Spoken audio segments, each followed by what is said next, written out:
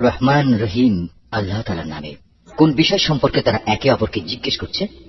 তারা কি সেই গুরুত্বপূর্ণ মহাসংবাদের ব্যাপারে জিজ্ঞাসাবাদ করছে, যে ব্যাপারে তারা নিজেরাও বিভিন্ন মত পোষণ করে? না, তা আদৌ ঠিক নয়। সঠিক ঘটনা এরা তো অচিরেই জানতে পারবে।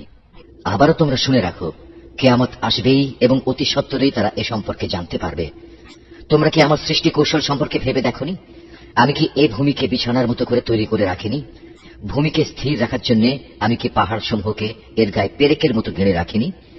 সৃষ্টির ধারা অব্যাহত রাখার জন্য আমি তোমাদের জোড়ায় জোড়ায় পয়দা করেছি।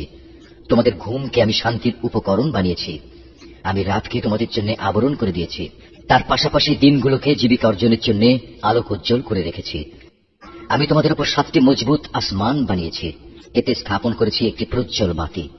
মেঘমালা থেকে আমি বর্ষণ করেছি অবিরাম বৃষ্টিধারা, যেন তা দিয়ে আমি শ্যামল ভূমিতে উৎপাদন করতে পারি নানা রকমের শস্যদানা ও তরি তরকারি এবং সুনিবিড় বাগ বাগিচা। সবকিছু শেষে এর সিদ্ধান্তকারী একটি দিনও সুনির্দিষ্ট করে রাখা হয়েছে, যেদিন সিনায় ফু দেয়া হবে। প্রলয়ঙ্করী ফুঁর সাথে সাথে তোমরা দলে দলে আসবে, যখন আসমান খুলে দেয়া হবে এবং তা অনেকগুলো খোলা দরজায় পরিণত হয়ে যাবে। পর্বতমালাকে সরিয়ে দেয়া হবে এবং তা মরীচিকার মতো হয়ে যাবে। নিশ্চয়ই জাহান্নাম পাপীদের জন্য এক গোপন ফাঁদ। বিদ্রোহীদের জন্য তা হবে নিকৃষ্টতম আবাসস্থল। সেখানে তারা কালের পর কাল ধরে পড়ে থাকবে। সেখানে তারা কোনো ঠান্ডা ও পানীয় জাতের কিছু স্বাদ ভোগ করবে না। সেখানে ফুটন্ত পানি, পুঁজ, দুর্গন্ধময় রক্ত, ক্ষত ছাড়া ভিন্ন কিছুই থাকবে না।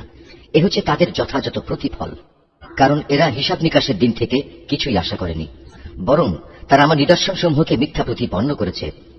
আমি তো তাদের যাবতীয় কর্মকাণ্ডের রেকর্ড সংরক্ষণ করে রেখেছি। অতএব তোমরা আযাব উপভোগ করতে থাকো। আজ আমি তোমাদের জন্য শাস্তির মাত্রা বৃদ্ধি করেই দেব। অপরদিকে পরহেজগার লোকদের জন্য রয়েছে পরম সাফল্য। তা হচ্ছে সুসজ্জিত বাগ বাগিচা, আঙুর ফলের সমারোহ।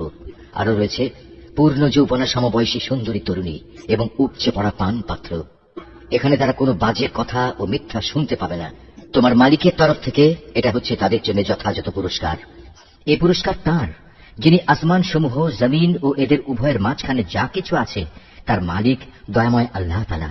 তার সামনে কেউই কথা বলার ক্ষমতা রাখে না। সেদিন পরাক্রমশালী মালিকের সামনে জিব্রাইল, রূহ ও অন্যান্য ফেরেশতারা সারিবদ্ধভাবে দাঁড়িয়ে থাকবে।